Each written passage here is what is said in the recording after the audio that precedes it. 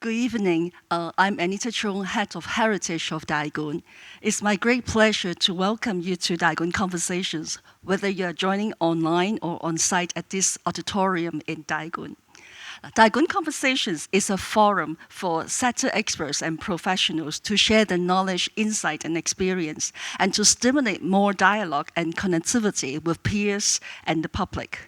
The conservation and adaptive reuse of Tai Kwun as a center for heritage and arts, which is a project led by the Hong Kong Jockey Club for the benefit of our city, makes it possible for us to have this kind of very meaningful cultural activity and to integrate heritage and arts into the scope of culture. We are extremely honored to have the opportunity to collaborate with UNESCO Bangkok and the Regional Bureau for Education in Asia and the Pacific on a special UNESCO Tai Kwun Conversations series called Innovations in Urban Heritage. This series explores innovative strategies for integrating urban heritage into the wider goals of sustainable development. And we will have 3 sessions for this series to be presented on the first Monday of July, August, and September. We are truly excited to co-present and also co-curate this program with UNESCO and to recognize the interconnections with local, regional, and international networks, as well as all the key global issues, policy agenda, and priorities. And we hope that this will also inspire actions and impactful urban development. The planning and presentation of this series is a result of collaboration, and we are extremely grateful to our UNESCO partners. And joining us from UNESCO Bangkok office are Dr. Montira Unako and also Inji Kim, and they helped co-curate this series with us. May I invite our partners from Bangkok to say a few words to our audience and also our guests. Good evening. My name is Montira Unako, joining you from UNESCO Bangkok, along with my colleague Inji Kim. It's our great pleasure to have worked with Anita and her team at Tai Kwun in order to put together this series, which is on innovations in urban heritage. As you see, the series will focus on applying culture and heritage within the framework of the Recommendation on the Historic Landscape, as well as the 2030 Agenda for Sustainable Development. We are delighted to have with us our director, Mr. Shigeru Aoyagi, joining us virtually to offer his welcome from UNESCO side. Please. Good afternoon, good evening. Mr. Timothy Collin, Director of Tai Kwun Arts, distinguished speakers and colleagues, ladies and gentlemen.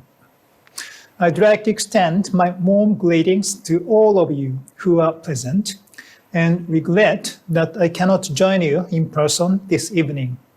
Nonetheless, I am delighted to welcome you on behalf of UNESCO to the very first session of the UNESCO Tai Kwun Conversation series on innovations in urban heritage. Thank you very much to Mr. Collin and his colleagues at the Tai Kwun Arts for making possible this meaningful collaboration.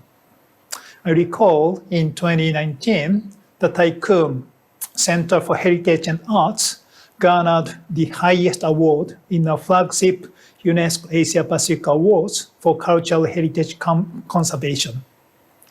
And I myself had the pleasure to present the award and celebrate the accomplishment together during an event in Penang, Malaysia. The jury commented that the transformation of the former Central Police Station into a world-class center for heritage and arts has created a vibrant new civic space in the heart of the city's central business district. Against tremendous commercial real estate pressures, the successful realization of the Tai Kwun stands as a testimony to Hong Kong SAR's commitment to heritage. Indeed, heritage in urban contexts are faced with many pressing issues in Asia and the Pacific and beyond. Development pressures, climate change, economic slowdown, and conflicts, as well as current pandemic, have had great impacts on heritage sites including World Heritage Sites, as well as their surrounding communities. The heritage sector, in response, has been pushed to rethink its priorities, expand its boundaries, and innovate its practices. In the context of urban heritage, UNESCO has been the main driver in the implementation of Target 11.4 related to cultural and natural heritage under SDG 11 on sustainable cities and communities, as linked to other goals. UNESCO has also advocated strongly for culture and heritage within the new urban agenda. Moreover, through its work on cultural and creative industries, UNESCO has been promoting the central role of cities as accelerators and hubs for driving culture-based economic activities as well.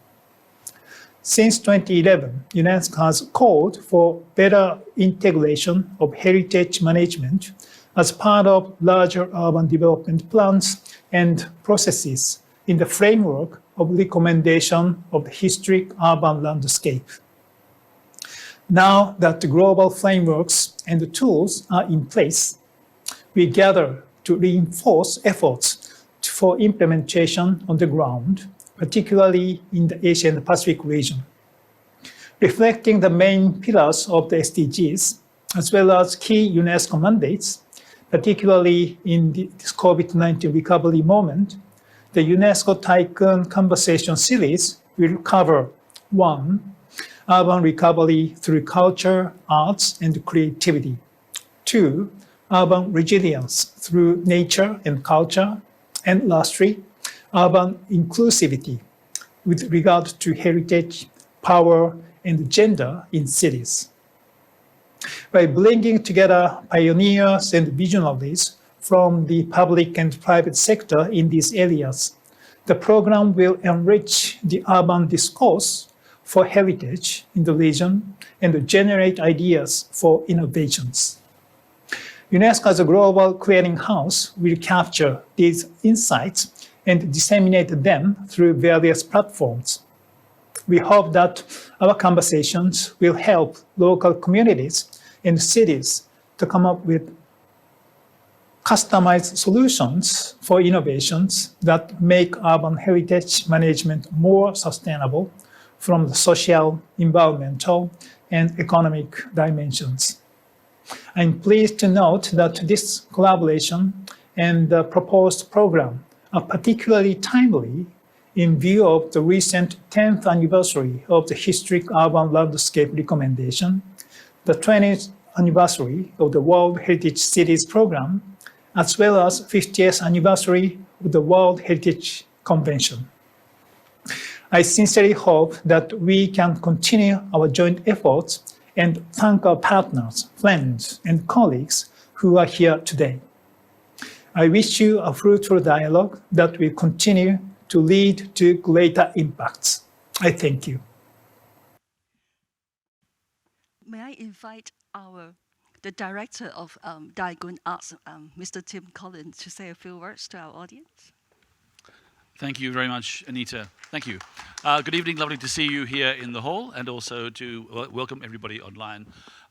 We're very touched, actually, by Mr. Aoyagi's very sincere and thoughtful message, and we're very honored to be in this partnership with UNESCO Asia Pacific. And so tonight we're seeing the first of a series of 3 talks in the Tai Kwun Conversations series, which we're doing in partnership with UNESCO Asia Pacific. And big thanks to our friends in Bangkok, to Montira and to Inji, for their contribution to collaborating with us in developing a series of talks, which I think will be fascinating and engaging. And I hope that we'll see you at the whole series on the first Monday of each month throughout the summer season. This series is something that we're particularly proud of. We started the Tai Kwun Conversations about nearly 2 years ago, and we've obviously, like everybody, it's been somewhat disrupted and battered, bruised a little bit by the pandemic, but we have found a really interesting hybrid format that has allowed us to continue these talks, and we're reaching a much wider public through the live online dissemination, which we're experiencing tonight. It also enables us to connect very effortlessly now with speakers from around the world, and we'll be seeing, of course, an example of that during this conversation tonight. So I wanted to thank you very much for being with us and hope to see you throughout the series, and also very fundamentally to thank the Hong Kong Jockey Club for its ongoing support. You, of course, all know that the Jockey Club is the force behind Tai Kwun and the whole transformation of the former Central Police Station into a centre for heritage and arts, but also the club supports us throughout the year by funding our programming and allowing us to offer the public in Hong Kong and perhaps even around the world experiences which are quite distinctive and unique. And so our deep gratitude to the Jockey Club for that continuing support. But without any further ado, I'll hand back to Anita. Well, let me introduce the moderator for tonight's program. Professor Desmond Hui is professor and head of Department of Art and Design at the Henseng University of Hong Kong. Professor Hui has served in the UNESCO expert facility of the 2005 Convention on the Protection and Promotion of the Diversity of Cultural Expression. And he's also now the regional expert for the UNESCO Culture 2030 indicators. And Professor Hui will moderate tonight's program. I think I will pass the stage to Desmond. Thank you, Anita, for your kind introduction. We have lined up two very interesting and prominent speakers, as well as a commentator for tonight. First is Jyoti Hosagrahar, who is the Deputy Director of the World Heritage Center of UNESCO. With a distinguished academic career related to architecture and planning, she joined UNESCO in 2016 and has been responsible for several important international initiatives and instruments, including the new urban agenda, the Heritage Fund, and currently the Culture 2030 indicators. And for the last item, I'd like to declare interest as I've been engaged as regional expert for the pilot implementation for the Philippines. Next is Edmund Choi, the Hong Kong studio director of Herzog and de Meuron, an international architects firm based in Switzerland, responsible for many world-renowned art and cultural projects, including the M+ Museum in Hong Kong and our venue here at Tai Kwun tonight. A locally groomed and educated architect, Edmund has wide experiences with art and cultural projects in the region.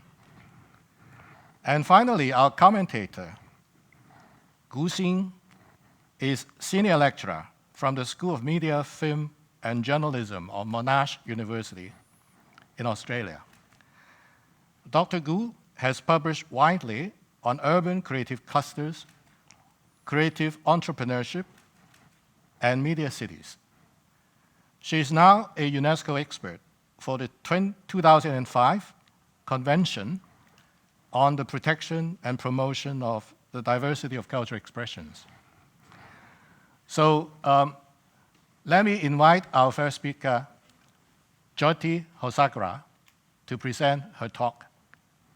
Jyoti, please. Hello, I'm Jyoti Hosagrahar, Deputy Director of the World Heritage Center. It's my very great pleasure to be with you and to be able to share these words with you, even though I'm not able to be present on location. I'm going to talk a little bit today about urban heritage management and sustainable development. The concept of heritage has evolved from monumental protection, including the inclusion of cultural landscapes and the acceptance of diverse cultural approaches, and more recently, the recognition of the relationship between the social, cultural, economic, geographic, natural context as it was adopted in the 2011 UNESCO recommendation on the historic urban landscape. So I'm going to talk a little bit more about this approach of the 2011 Historic Urban Landscape, or the HUL recommendation, because in a way it connects the different aspects, the different dimensions of heritage and sustainable development. This innovative standard setting instrument argues for the integration of heritage conservation with urban development plans and processes in order to manage change, to protect the heritage values and the outstanding universal value of World Heritage properties in the case, whereas non-World Heritage properties where it could also be applied would have other heritage values that have been identified. And this links very closely to the New Urban Agenda and the SDGs, as was being mentioned earlier. When you see on the screen, you also see that there's a number of different strategies that have contributed over the years, and that has brought about these transformations with respect to how heritage is now viewed. The 2011 recommendation on the historic urban landscape calls on member states to integrate conservation and management of cultural heritage in cities and settlements with policies and practices for sustainable urban development, and applies to all cities, not cities, settlements, villages, not only to World Heritage sites. But within the World Heritage, the UNESCO World Heritage Cities program, we have already 320 historic cities that are inscribed on the World Heritage list. So out of the 1,154 World Heritage sites, nearly a third are World Heritage cities. It advocates for a landscape approach for identifying, conserving, and managing historic areas within their broader context, considering the interrelationships between the physical forms, the natural features, and the cultural values. It also advocates for in looking at a broader context. It supports identifying, conserving, and managing historic areas within their broader context, considering the interrelationship between the physical forms, the natural features, and the cultural values. And of course, you're looking very clearly at universal values, such as the OUV in the case of World Heritage properties, or more global or national values, and very local values that may be intangible or may be tangible. The landscape approach that is used within the historic cities is now become the standard form for the standard framework for the implementation of the World Heritage Cities program, the 320 cities.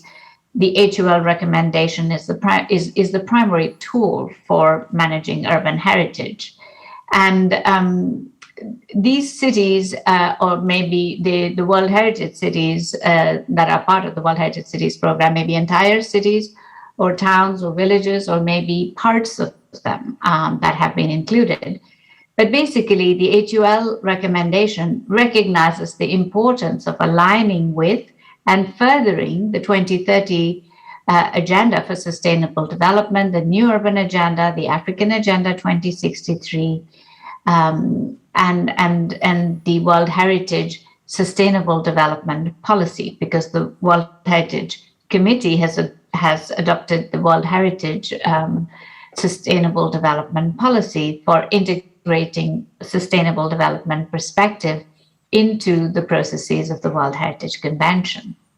The World Heritage Cities program, as I mentioned, is one of the 6 thematic programs that is approved and monitored by the World Heritage Committee, and you can find the information here on this link. The activities, to talk a little bit about some of the key activities of the World Heritage Cities program, look at the statutory, of course, but in addition to that, we have the policy making, dissemination, capacity building among experts and practitioners, and a networking and capacity building among site managers, as well as the collection of practices. So that the Urban Notebooks is an e-newsletter that was we had 18 issues between April of 2020 and December of 2021. And the World Heritage City Lab that brings together experts as well as site managers and academics together to develop new strategies and look at innovative solutions to respond to the pressures and challenges of World Heritage cities and the protection of urban heritage, along with and integrating it with sustainable urban development. And the World Heritage Canopy is a platform that was established in April of 2021 that features practices, innovative practices of local solutions that are heritage-based solutions for sustainable development. And I'll talk about some of these a little bit more. On June 23rd of last year, last year was the 10th anniversary of the HUL recommendation, as was said earlier today. And the launch, this was also a moment when we had a major celebration with online conferences, which was a 4-day event that brought together a very large number of people. And then it was including the mayors of several cities, the city leaders, as well as the Minister of Culture. And this was the moment to launch the HUL call for action, inviting cities worldwide to raise awareness about the recommendation and accelerate inclusive urban heritage management through the HUL recommendation approach. So the mayors and city leaders who gathered in panels shared their experiences and perspectives on the application of the whole recommendation in their cities. And then there were other high-level experts from different organizations and agencies as well.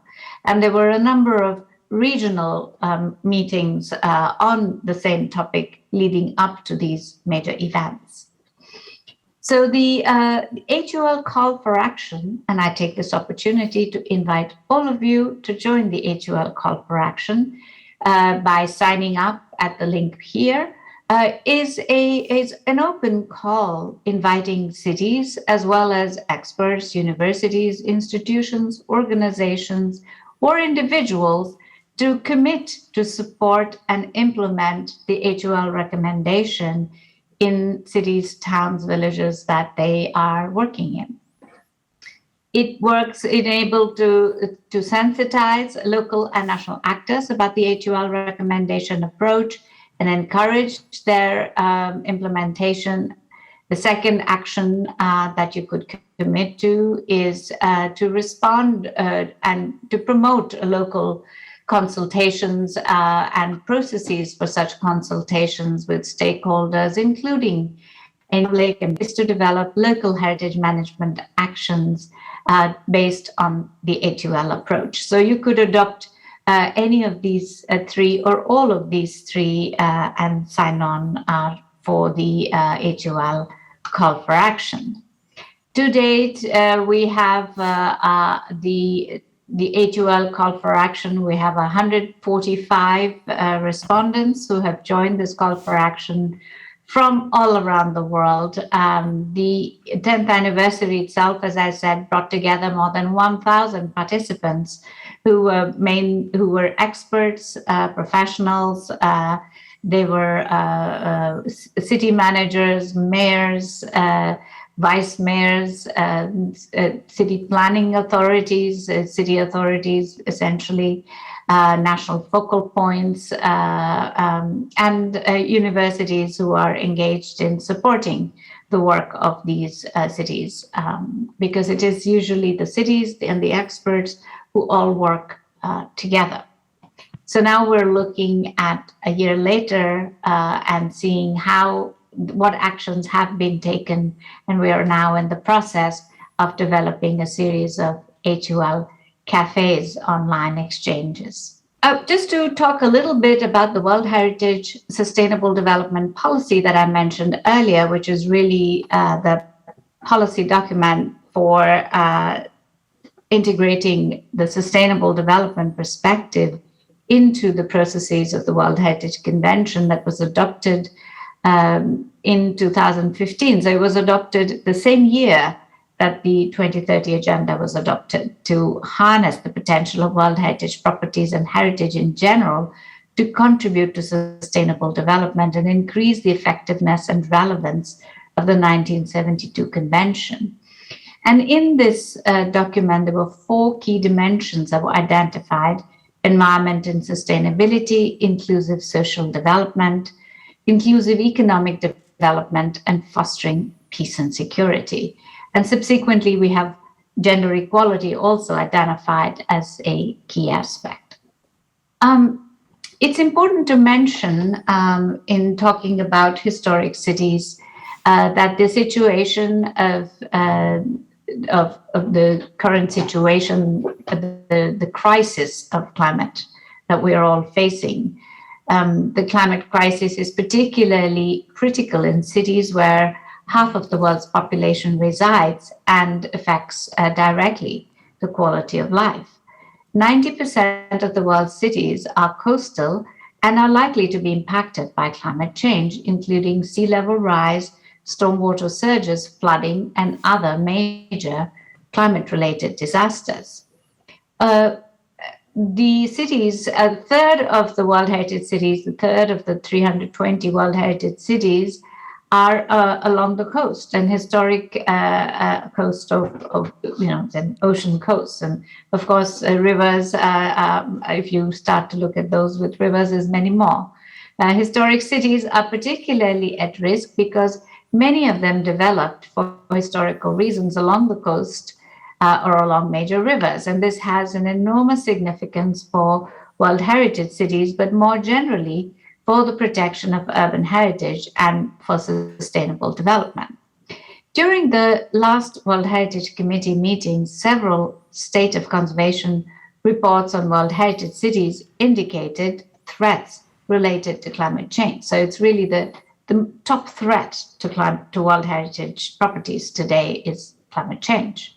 We also developed World Heritage City Dialogues as part of the World Heritage City Program.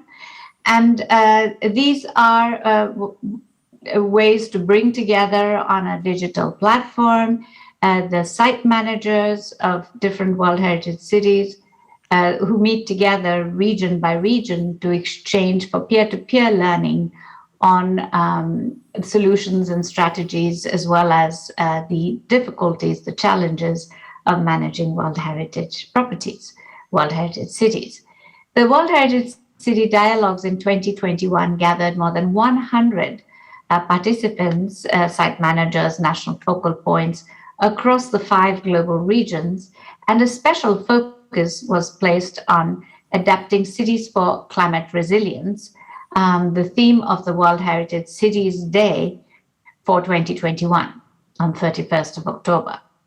So, for example, the changing rainfall patterns affected tropical cities in the Asia-Pacific region, like Georgetown in Malaysia, which saw heavier rains in short periods of time, as well as inland cities in other regions such as Asmara, Timbuktu, and Jaipur, where a lack of rain threatens the desertification of the landscape around the city, as well as access to critical resources and water availability.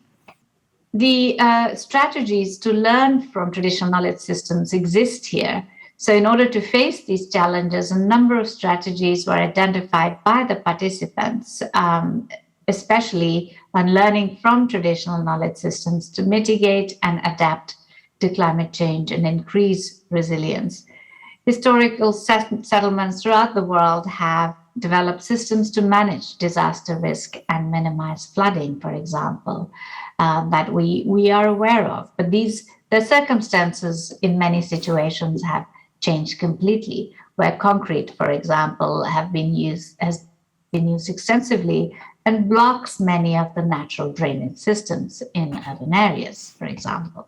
By recognizing the centrality that the ecological dimension today assumes a very important aspect, these synergies become planning tools for activities that can sustain themselves in the long horizon.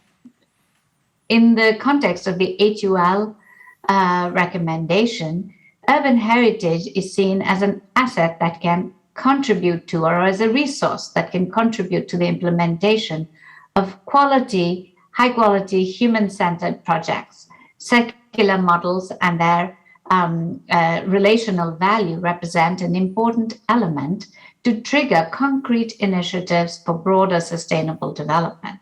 Therefore, the multidimensional component of heritage, especially urban heritage, calls into question new work methodologies to implement this vision. I want to talk a little bit about the platform I mentioned earlier, which is the World Heritage Canopy platform for heritage-based solutions for sustainable futures. Now, this platform, it was developed in order to support the implementation of the World Heritage Convention. State parties in looking to protect World Heritage against the effects of climate change or to further sustainable development, were looking for inspirational practices in other places. So many of the practices mentioned here some of them are from World Heritage properties and others are not from World Heritage properties but other historic places, but they nevertheless remain useful for all World Heritage properties or all heritage places in general. And they include a report on predicting and managing the impacts of, and there's one specifically more focused on climate change, so it could look at climate change or it could look at sustainable development perspectives. And there are case studies that look at managing disaster risks or managing climate risks or other key resources. And it also includes publications, key relevant publications such as the Warsaw Recommendation on the Recovery and Reconstruction of Cultural Heritage, or other key resources on the World Bank publication on culture in the city reconstruction and recovery as well. So here's an example from Bangalore in India on the looking at Million Wells for Bengaluru campaign. That was an initiative to build 1 million shallow wells using traditional well digging techniques and integrates traditional practices and historical elements from the city with ecological sustainability and water management. Just as an example of how, it's not a World Heritage site, but nevertheless uses some of these practices. Here is one from a World Heritage site, which is in Georgetown in Malaysia, that developed a strategy to build on its rich and diverse cultural heritage as a resource for local development and livelihoods. So there's a number of different such examples. There's almost 60 case studies that are arranged according to 6 thematic areas: environment and resilience, prosperity and livelihoods, knowledge and skills, inclusion and participation, peace and security, and gender equality. So the HUL recommendation recognizes the importance of aligning with and furthering the 2030 agenda, as I mentioned earlier.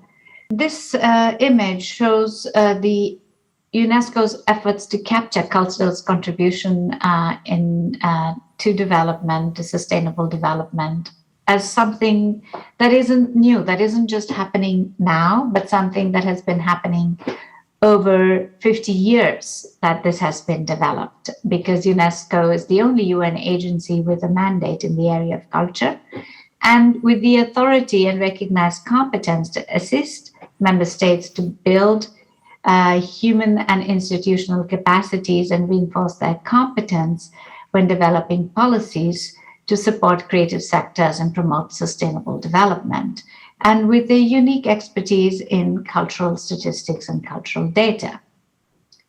So this is another aspect that I want to talk about a little bit, which is looking at the idea of measurement and how we can look at strengthening data collection and measurement tools in the field of culture, including those of statistical indicators that has been continuously formulated by member states as a critical need. And here, in this regard, I want to mention the Culture 2030 indicators. That is a set of indicators that UNESCO has developed as a framework of thematic indicators to measure and monitor the progress of cultures, enabling contribution to the national and local implementation of the Sustainable Development Goals and Targets of the 2030 Agenda for Sustainable Development. The framework assesses both the role of culture as a sector of activity, as well as its transversal contribution across different SDGs and policy areas. And as a set of thematic indicators, it is intended to support and complement the global indicators agreed upon. So it's a voluntary set of indicators, and to foster links between different goals and targets. The Culture 2030 indicators provides a conceptual framework and a methodological instruments for countries and cities to assess the contribution of culture to the SDGs across the 6 culture conventions and 3 UNESCO recommendations. So the Culture 2030 indicators in this sense is implemented on a voluntary basis by countries and cities and builds on an in-depth analysis of the multiple ways in which culture contributes to the economic, social, and environmental dimensions of sustainable development. The Culture 2030 indicators provides evidence for culture's transformative role, making it visible and tangible, and making culture more visible supports greater advocacy efforts and to convince decision makers and partners to include culture in their national and local policies and programs, as well as actions, and to better direct public and private funding towards the culture sector, including, of course, most significantly, heritage management. So the thematic indicators for culture in the 2030 Agenda are organized across 4 dimensions: environment and resilience, prosperity and livelihoods, knowledge and skills, inclusion and participation. And we're currently in the process of developing indicators also for peace building. Whether this will be another whole dimension is yet to be seen, because we've just had an expert meeting, and we will be having another expert meeting to finalize that. We considered 30 targets out of the 169 targets to which culture contributes directly under these thematic areas, and each of the thematic areas contributes to sustainable development across these different dimensions, and integrates the SDG indicator 11.4.1 under indicator 1. And you can see some of these indicators have the UNESCO Institute of Statistics symbol, which collects the global data, and that data feeds into it directly. And this indicator framework was developed along with UIS, of course, the UNESCO Institute of Statistics, but with a number of other organizations and agencies, as well as individuals who contributed to the development of this framework, from OECD and Eurostat to the JRC and World Bank and UN Habitat, a number of whom we are very grateful for their support. And currently we are running pilots in 12 countries and 16 cities, covering all regions of the world, that are implementing these indicators, and data has been collected in the first half of 2022, and final restitution workshops will be organized very shortly in these countries. And the analysis of the indicators will allow us to identify trends and contributions to sustainable development, looking at also how heritage, World Heritage, as well as other heritage aspects contribute to sustainable development. with that, I want to leave you, and I remain open for any questions. And thank you very much for your attention. Thank you, Jyoti, for a very comprehensive global review of the heritage policies, and also, this very forward-looking initiative that UNESCO is embarking on, these Culture 2030 indicators. Now, next, I would like to invite Edmund to present his talk regarding, our topic, urban recovery through culture, arts, and creativity. Yeah, thank you. Yeah, so thank you, Tim and Anita, very much for inviting me to this very interesting and inspiring conversation. Thank you, Desmond, for your kind introduction as well. I'm very happy to share HDM's global designing experience in art and cultural facilities in the context of today's conversation. I have brought two projects to share with you. First, Tai Kwun.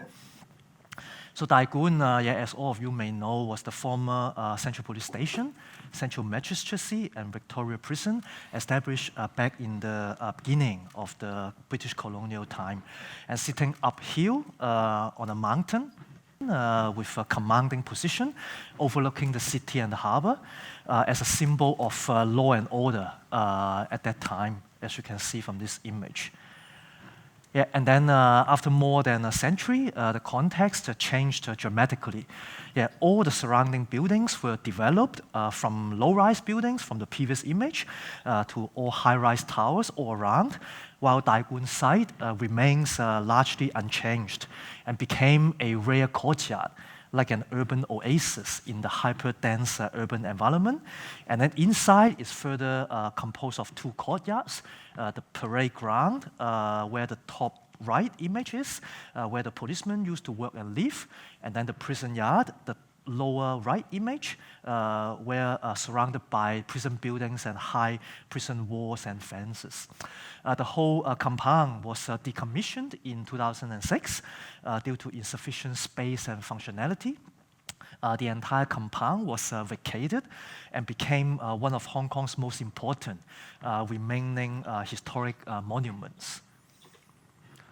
However, it was closed like a fortress, not accessible, and almost like a large blockade in the middle of the city. And therefore, when we started the master plan, we think hard since the beginning how to reconnect Tai Kwun with the city, link up the vibrant neighborhood in the fluid and dynamic way, extend from the existing networks of streets and bridges, and also bringing them into the site and further improve the circulation inside Tai Kwun. Like here, the mid-level escalators, a very unique Hong Kong experience. From the modern, dense environment, you land on this open platform that bring you into Tai Kwun, appreciate heritage, and then further through this very straightforward main passageway that we very carefully carve out in the series of historic buildings and bring you and link you up further to the upper courtyard in a very smooth way.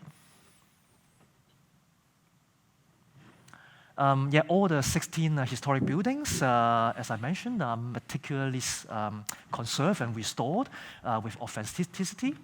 And then the concept of adaptive reuse is very important. It's about first analyzing what the historic spaces are able to take on and see what can fit in, instead of having a forced, predefined program or function that may lead to excessive alterations or even disruptions to the historic buildings, which are most often, as you can see from the left image, out of rather small-scale spaces.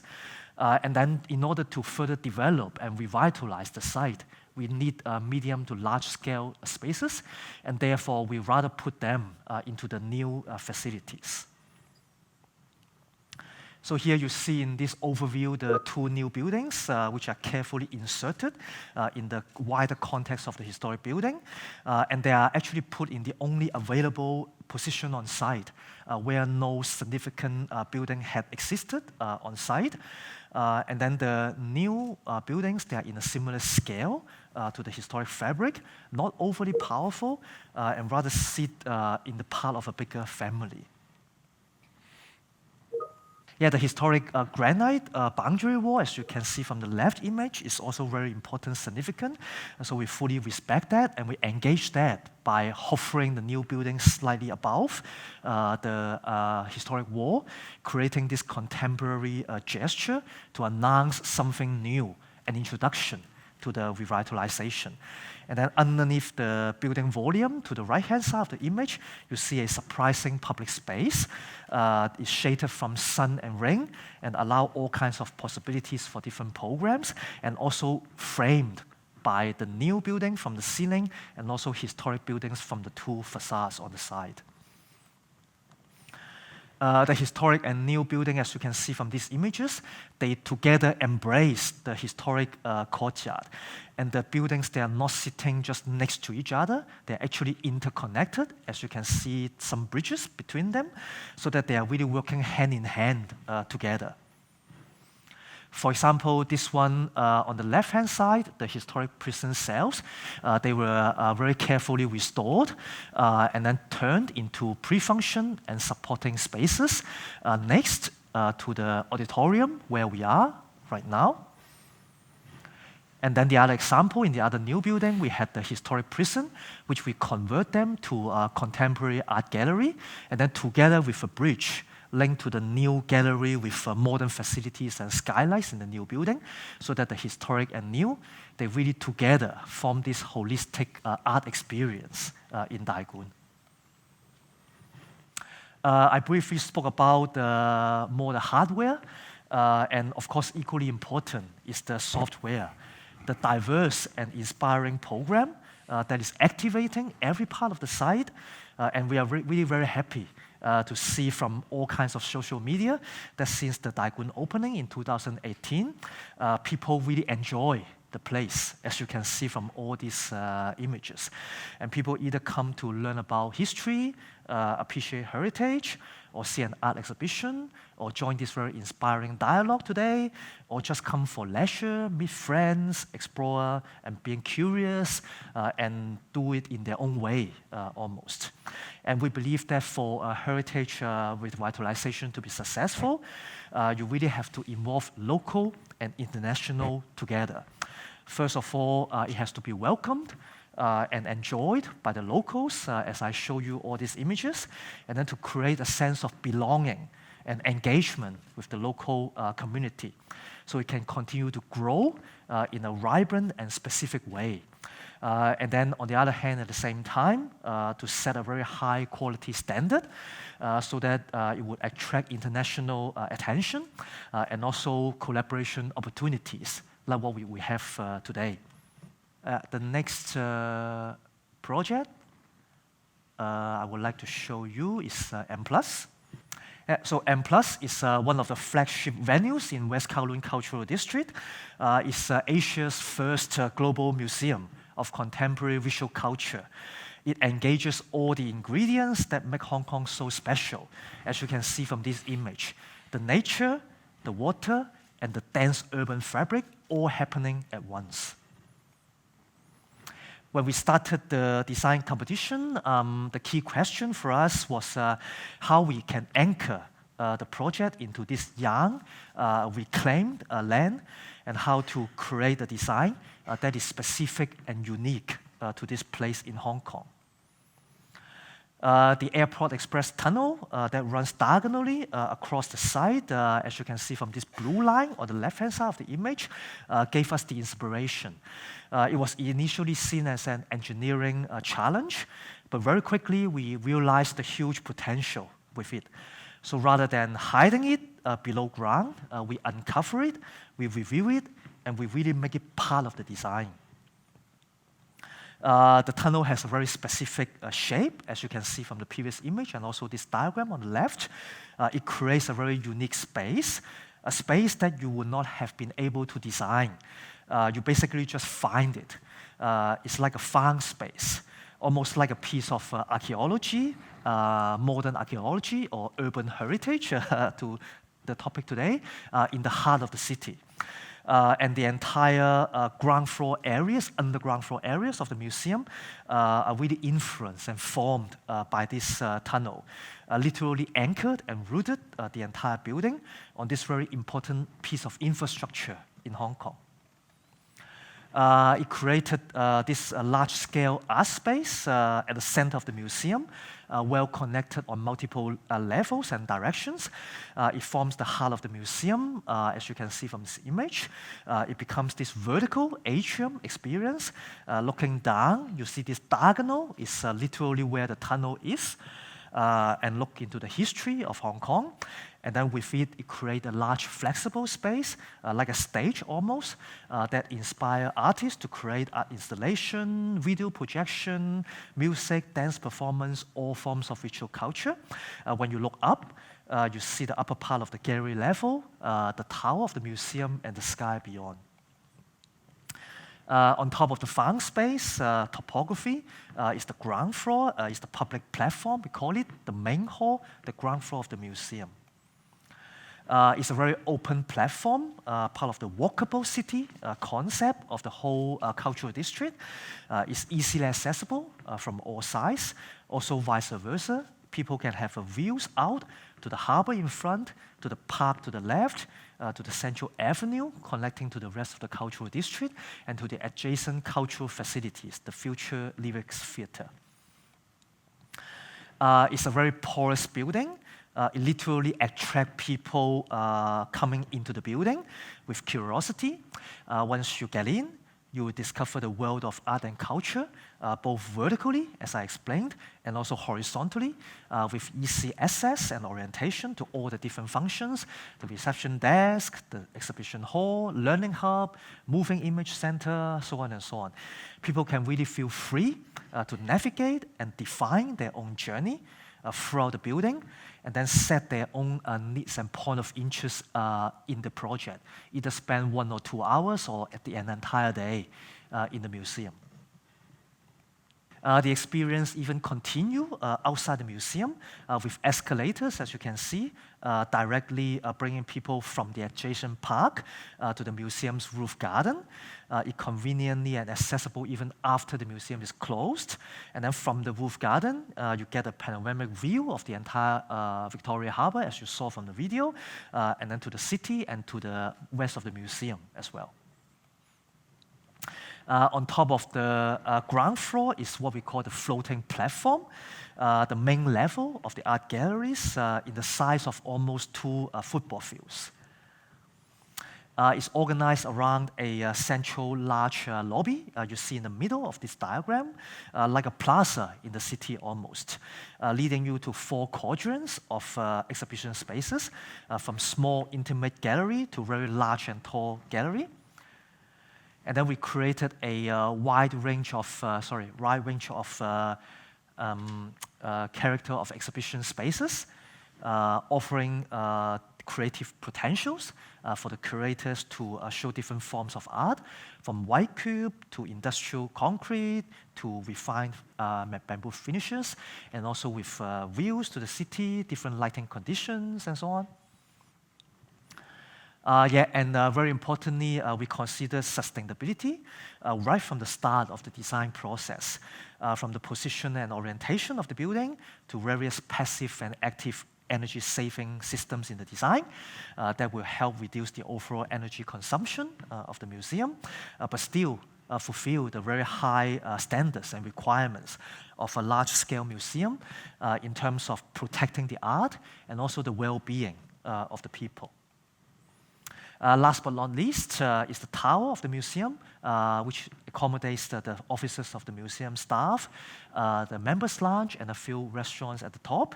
And then very importantly, the facade of the tower facing the harbor is the last very important art display surface. It is a large, high-resolution LED screen that is fully integrated into the louver system of the tower facade, as you can see from the right-hand side image.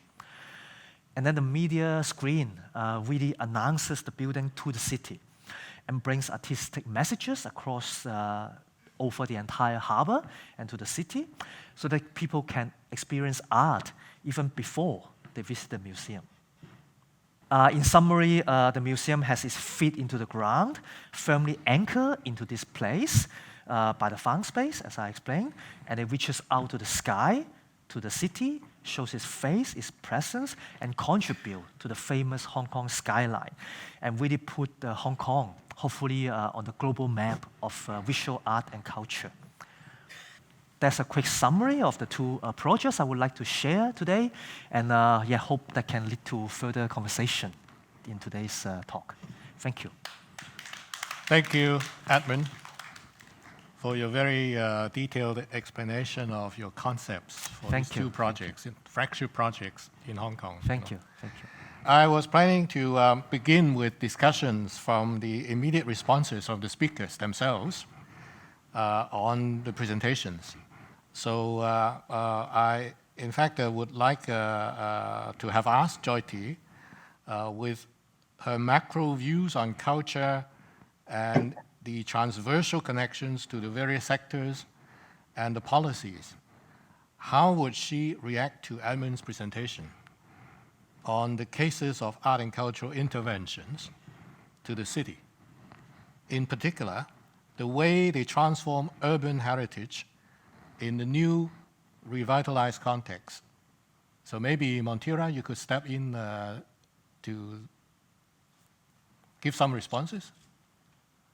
Sure. Thanks very much, Desmond, and thanks very much to Edmund for giving us a presentation of the very venue in which the speakers and many of our audience members are actually sitting. So it's a very kind of meta experience for us to hear the kind of behind the scenes from the architect of record. So thank you for that. I can speak perhaps also from the perspective of the fact that the Tai Kwun won the most excellent award of the UNESCO Heritage Awards just a couple years ago. And the jury members, of course, praised the project really as being an urban counterpoint.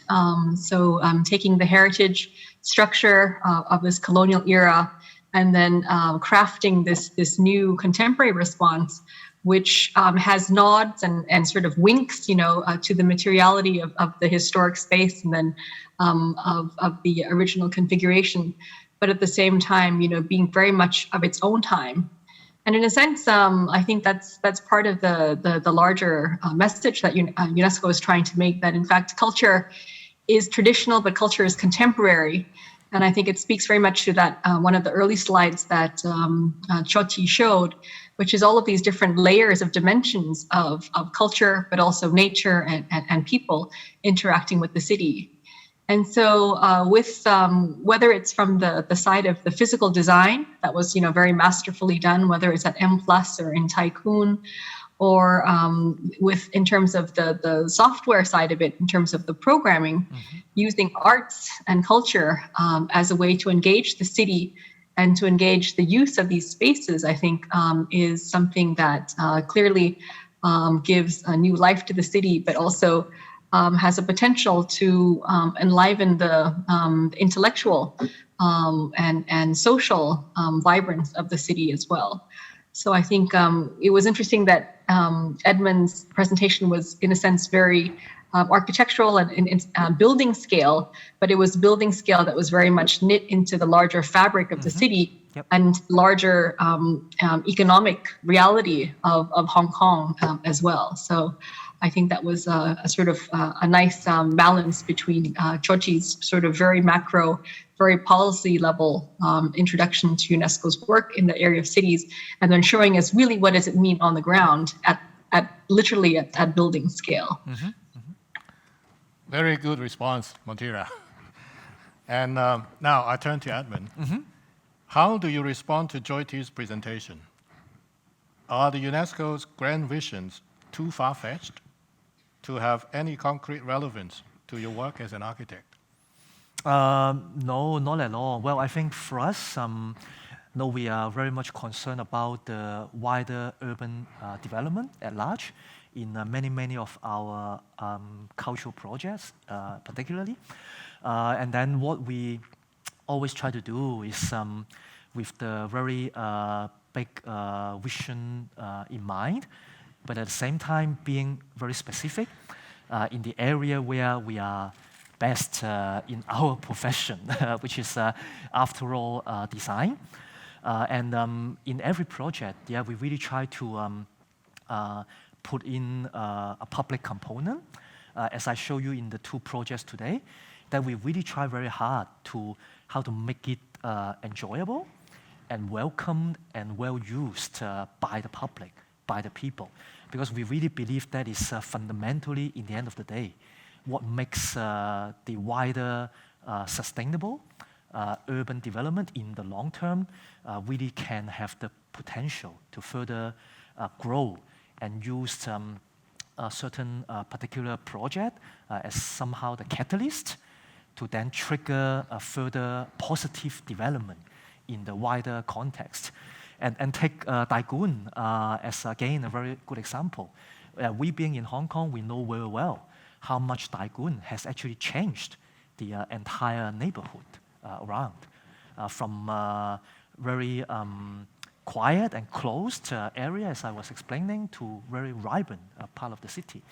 And then the other second thing I really want to say is with a lot of high-level government policy in place related to sustainability, we are really focusing, putting a lot of effort in collaboration with various universities in seeing how building technology and building design process, and also considering the future operation of the building, can really, as a package, to be in a much more sustainable way than how we architects practice today, which we think would be really what we can do in a very concrete way to contribute to the more grand vision.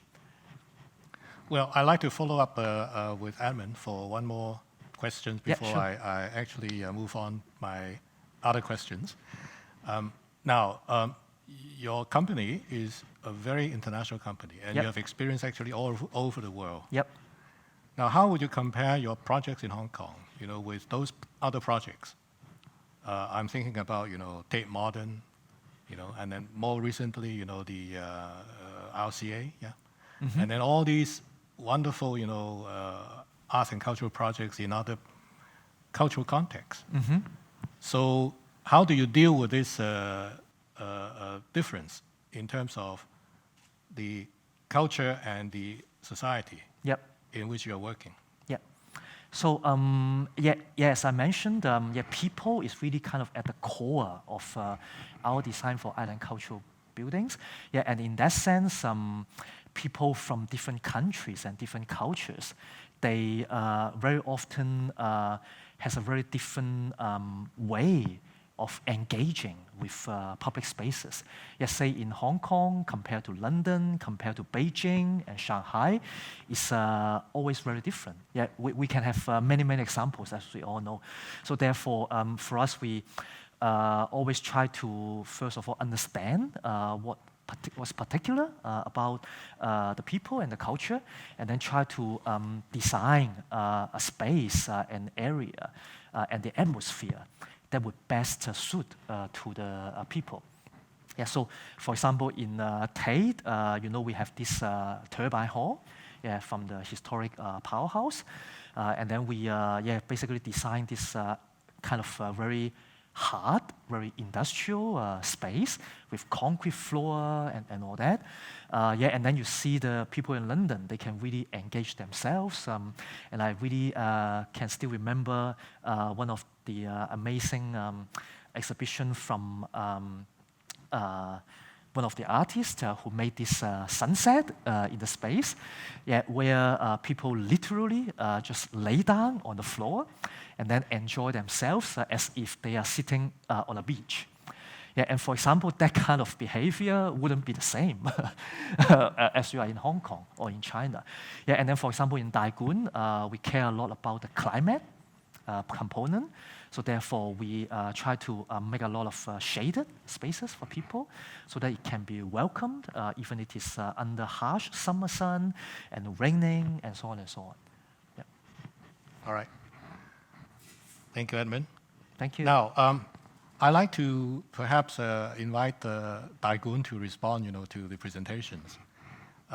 Would the heritage policy and this idea on cultural data and indicators, which Jyoti presented, would that be applicable to help organizational planning? And in fact, I think the challenge maybe in your case is how to bridge the gap between the government and the private. Thanks, Desmond. I wasn't expecting an exam question. I think that the adherence to the principles, I don't think is in any way a kind of restriction.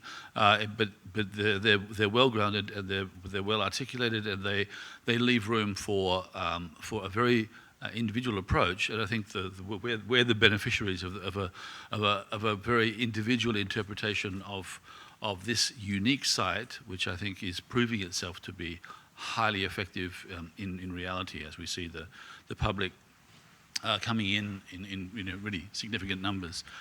We're about to hit 10 million since we opened. Can you believe it? Wow. Bridging the difference with the gap between the government and what?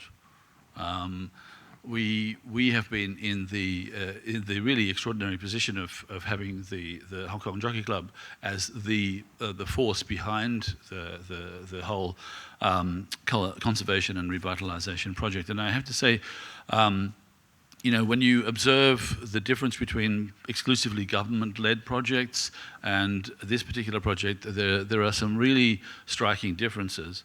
I think it's a natural part of government processes to be so mindful, often rather burdened by considerations of public perception about use of public funds and the being extremely cautious, possibly a little over-conservative in when it comes to making decisions about quality or compromise. Really, I think the Jockey Club has demonstrated an uncompromising commitment to a very high level here, and in doing so, they have established a really new level, I think, against which future conservation projects in Hong Kong, at least, will be measured, and I think it will be it's already a kind of shining example, I think, for how conservation and revitalisation projects would be approached, because it seems clear, to me. I had the great pleasure of joining the project about a year before we opened, and really just seeing the result of the kind of thoughtful decision making and the very, very broad considerations around every major decision, and the sort of depth of philosophical grasp that Herzog de Meuron, for example, bring to this project. It kind of lifts the whole level of debate. We have three consulting architects involved in this project, each one of them bringing particular expertise. I think it's quite rare, actually, for three firms to be able to collaborate so effectively. So this also, that selection of three sort of sets of experts who have brought their own unique expertise, I think it's a kind of incredible confluence of good fortune, and so I don't know any other organisation that could quite bridge that gap, Desmond, that you mentioned, but certainly in this case it seemed to be a pretty miraculous alignment. And I really look forward to this future occasion when you bring these three architects together, for another dialogue. Yes. Now, I think our discussion among the speakers is up, and I would like now to invite our commentator, Gu Xing, your turn for your presentation. Just want to say that it's been a pleasure taking part in this conversation of Tai Kwun Conversation UNESCO Series. I'm in the expert facility for the 2005 convention, UNESCO's other branch of services relating to the protection and promotion of diversity of culture expression. So it's kind of called culture, but it's not the culture that's mentioned before. So I think this is could be a very interesting question that we think about. When we say culture, do we actually talking about the same thing? So that's a bigger question I might come back to. But I just want to say that thank you for inviting me, also for UNESCO Bangkok and Tai Kwun Culture and Arts to put on such an important topic for discussion tonight. I think it's really exciting to actually hear the development of the West Kwu Loong Culture District project, because I was first kind of got in touch with the project back in 2009 by Professor Desmond Hui here. Mm-hmm. Thank you, Desmond. And Desmond later organized a group of international experts on this very issue of culture-led urban renew, which is basically early on, we all knew about Richard Florida's idea of using arts and culture to bring different kinds of middle class into the city to spend some money on arts and culture.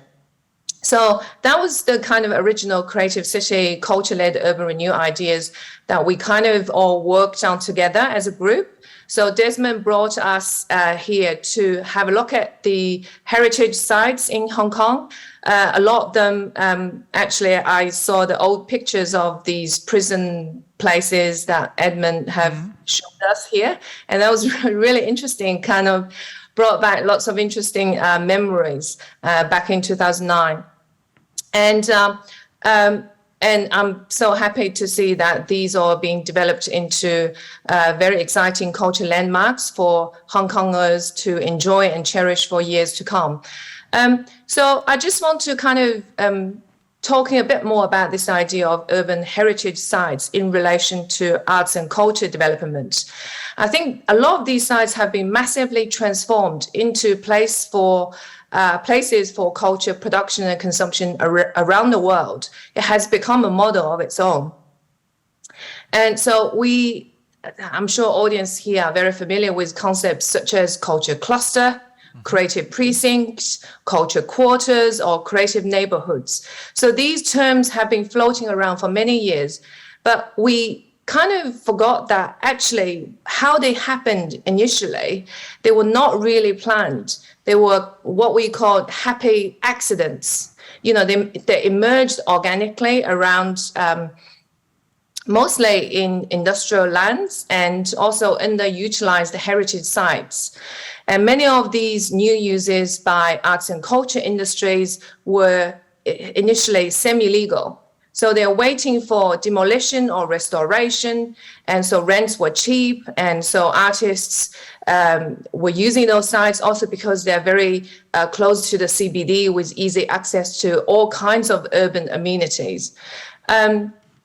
So the success of these earlier examples of organic transformation has been very much kind of taken up by a range of governments, local governments, and also developers, local development agencies, to become what we now know as the model of culture-led urban renew. And a lot of the heritage features across these examples have been preserved and restored, as Edmund has shown us here. And often in accordance with the aesthetic values commanded by the new urban creative economy. So often it's not what people want, it's actually what the new culture and creative economy really needed for cities that now has these restoration projects going. So I guess with seeing so many projects now, for me, the question really remained, how can we sustain these urban heritage sites whilst providing affordable spaces for artists and other small-scale culture practitioners to still live and do their stuff, creative stuff in those places? So I was very much taken by Edmund's example, M+ Museum and Tai Kwun Center for Heritage and Culture and Arts. I think they provide some kind of unique approach that Hong Kong people have addressed that question. I think both case studies provided culturally sensitive approach to really bring out the value of culture sites, whilst also anticipating for a sustainable future uses by the creative economy and people in Hong Kong. And I think a lot of these kind of observations Edmund talked about, artists are attracted to the authentic feelings of urban heritage sites, the location of the sites, the large kind of enclosed or semi-enclosed public spaces, combining work and play. These are now kind of quite popular claims of the creative economy literature, as we all know, Desmond, right? Working in this field. And they have been very much kind of embedded in the project design, as Edmund have shown us. And I was also quite taken by the inclusion of values such as, I think the word sociality and connectivity were used in your presentation, Edmund. I think successful culture precincts adapted from these urban heritage sites have some unique advantages comparing to newly built sites, culture sites. They have greater potential for bringing artists and communities together because of their large scale. So not just an isolated building per se, but it's a whole site redevelopment. And they're providing fertile ground for diverse culture businesses, small and big, to co-work, to network, to share knowledge and resources amongst them.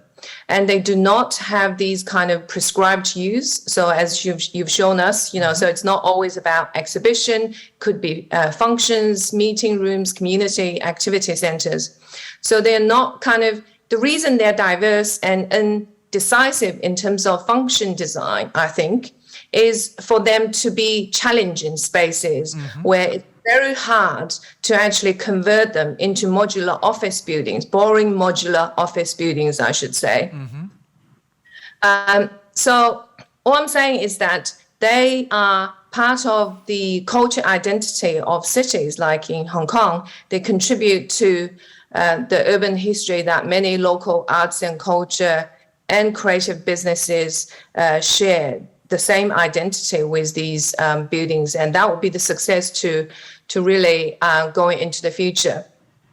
And I think heritage restoration projects like Tai Kwun also provide scope for a more inclusive way of approaching urban planning, because they invite, as Edmund mentioned, they invite diverse community to shape the urban future together. So this kind of co-living or co-working is critical to the intrinsic connections between cultural heritage sites and the development of new urban cultures. So I think the previous speaker, I forgot her name, but she mentioned the UNESCO's cultural reports. I should say something as well, I think. So UNESCO's 2016 report on culture and sustainable urban development outlined initially for me the role of culture in heritage conservation and the sustainable development of urban futures. But the more recent UNESCO Global Report 2022, Reshaping Policy for Creativity, highlighted actually some of the significant challenges faced by the culture and creative industries severed as a result of COVID-19 pandemic. And one of the key issues here is the lack of affordable spaces for small-scale arts and culture practices in those cities where these massive and amazing culture landmarks have been built.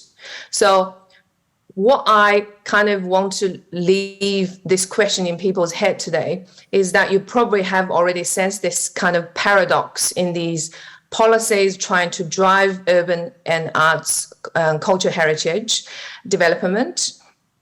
But one of the consequences of these urban development pressure on arts and culture heritage sites is also their connection with the lack of affordable spaces for local arts and creative sectors.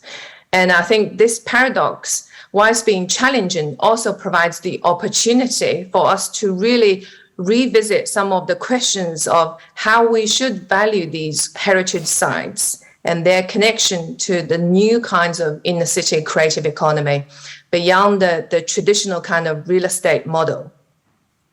So I did have a slide here. I don't know whether it's possible to share that with the audience here. I want to leave 3 ideas in people's head today after this fantastic session that we've discussed various ideas. I think some of the new trends and new ideas to bring these projects forward into a sustainable future would be something like the idea of the distributed networked urbanism. How do we not just thinking about one site, one project, how do we actually link all these projects together and making them to communicate what they have, what their identity might be to other urban sites, other projects in the city. And then there's this idea of, or you can have a look at Dan Hill's work on this if you like. And then the second idea is this concept of iterative intervention. So instead of building something which is very refined and well built, perhaps we should deliberately leave some gaps, some unfinished businesses, allowing the future generations to have a say about what they think these projects might be. So they can be part of the longer process of reimagining and reconceptualization of urban spaces. And then the third idea is what I'm most familiar with I'm in Melbourne in Australia. So what's very common in the Australian arts and culture community is this idea of the creative neighborhoods, which is actually not about championing creative industries. It's actually about championing the local communities. Do we have the local community buy-in to actually sustain these projects? And I think that's also a position that we should look at. What I think Hong Kong could be is actually through these ideas is a champion of this kind of everyday centered approach, because Hong Kong is about way of life. You know, you talk about Hong Kong, you immediately thought of a way of life that's very unique to Hong Kongers, right? So we have very rarely been able to be asked how we can design or redesign heritage lands from the meaning of local life and see what creative industries may emerge from it, not being defined by it. So this urban renew model from the needs of the local community, including the creative community, rather than asking the community to actually fit into this newly imagined or narrowly defined creative city or creative cluster, creative precinct, is about acknowledging the fact that creative economy is better utilized as a value add industry rather than just a pure driver for economic growth. So in short, I think these sites are in a precarious status because we are reluctant to see their meaning as part of a reimagination of the new inner city creative economy. Through connecting with creative economy, these urban heritage sites may gain new meaning, but such dependencies also brings a huge amount of uncertainty because, as we know, creative economy is a very fragile area for development. So we need to really move beyond this paradox, and we need to acknowledge that culture and symbolic values of these heritage sites, they should be the driver for social cohesion and creativity, not just a pure economic development tool for the cities. That's all from me. Thanks. Well, thank you, Seng, for bringing back the good memories from 2009. Almost forgot about them. And also your 3 points at the end. I think these are really food for thought. So now we have our last maybe 10 minutes of questions from the floor and also from online. And I would give the preference to the on-site question first. Yeah. So anyone from the audience would like to make a comment or ask questions? So I just want to just put the kind of like the question out there is, where do we want to go from here? I think we are in a great place right now in Hong Kong for us as a collective community to do something because we have experience living here. We have all these collective memories. I think it's up to us to do something about it. Thank you. Would you like to introduce yourself? I'm Miss Chan. I'm just here as a participant. Okay. All right. Now, I just noted Montira would like to respond to the questions. Are you referring to the question online, or are you referring to the question just raised? Montira? I meant the online question, so maybe I'll defer to Edmund for the on-site, and he can make eye contact. Yeah. All right, okay. Maybe I'll invite you back later on when we deal with the online questions. Yeah. So thank you very much for your question and comment. I would like to perhaps hear one more comment and question from the audience before I will invite the speakers or any of the participants to respond. Yeah.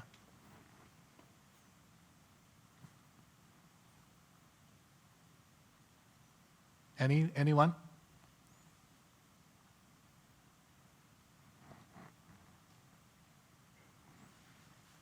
Okay, if not, then perhaps I would defer the question on site until we go through, also the online questions. All right. Now there are two questions actually online. The first one, in fact, was posed to Jyoti, but unfortunately Jyoti left. So I think Montira would be taking her place. And the question is about intangible cultural heritage. I have a feeling that very often intangible cultural heritage is being separated from their context. Sometimes like constructing a list, especially in our era, when many geographical contexts are vanishing. Will you be able to share some experiences or views on whether HUL is essential to sustain ICH? So that is the first question. The second one, many graded buildings have to make way to the new development in Hong Kong. What can we do to save them? All right? And then also, remember just the question on site from the lady was, how do we go from here, right? So, Montira, you'd like to respond to one or all of them? I'd like to respond to the first three online questions with a nod maybe to the on-site question, which is actually, I think the historic urban landscape approach allows us to cast a wide net in recognizing and working with various components of, what constitutes the city. And this, from a heritage or from a preservation point of view, yes, there are the graded buildings, which, even though they're graded, sometimes still fall prey to development pressure. But then there are also all the everyday buildings, like the question asking about Jumbo floating restaurant, So it's not a graded building, and yet people have huge sentimental attachment, in some cases more than to a graded building. But it also constitutes the natural components as well as the living heritage as well. And so the intangible cultural heritage, or in another term, living heritage, when we safeguard that, we're safeguarding not just the know-how and the practices, but we're also safeguarding associated objects and associated spaces. And so when we look at associated spaces, in this case, in addition, obviously there's a space where things are performed. That might be the most obvious kind of connection to space. But we also think about space, maybe Xinghu talked about cultural production, cultural consumption. And so we think about space in those terms as well, all the spaces that are associated with cultural production and consumption at all stages of the value chain, as it were. So from the raw materials to the fabrication, to the distribution, to the consumption and so forth. All of these spaces, they activate different parts of the city, and to be able to ensure that whatever that component is, or that living heritage is, or that act is, continues to exist in a vibrant and constantly dynamic, evolving way. You'd have to make sure that all of these parts of the value chain are picked up as well, both from a kind of an economic production or a cultural production, but also from a kind of a spatial production point of view as well. And these could be, spaces that have nothing physical to them, but they're spaces of memory. And so I think when we take that kind of perspective to looking at the historic urban landscape, we can see that in fact, it can be a very powerful tool or a lens as a way of interrogating and working with the city. Thank you, Montira. Now, I think because of time, we could only have two responses. The one response actually to the question online, and then another response to the on-site question. I'd like to invite Edmund to respond to the online question. Graded buildings are vanishing. What can we do to save them? Well, that's not for an architect to answer. I think first of all, it's more the wider policy situation that the policy makers and decision makers has to acknowledge the importance of the need to preserve the buildings. Because for us, we can do a lot to demonstrate how valuable heritage can be and how successful it can be to revitalize a part of the city and so on and so on. But nevertheless, I think it's really the policy makers and decision makers. But architects could also persuade the client. Of course, not to tear down the building. Right? Yeah, which we always do, yes. Okay, the last response and the last word from Anita. From here, what are we going to do? I think I have to say there are actually many interesting issues being raised, and there are lots of things for us to think about. I think just like what we have today is to have this dialogue, is to really great to open the conversations and for us to think about the mission here working in a heritage site. And we also are very much dedicated to arts and culture. But as some of our speakers and also Seng has also mentioned, there are much broader questions for us to think about. And I think having this kind of dialogue is essential for us to be more thoughtful about how we make use of the site to connect the past, the present, and the future. And future is important because we are really thinking about the sustainable development for the betterment, the well-being of the people and the city. So I think from there, I would say it is truly exciting or very meaningful to have this kind of dialogue. We may not have answers.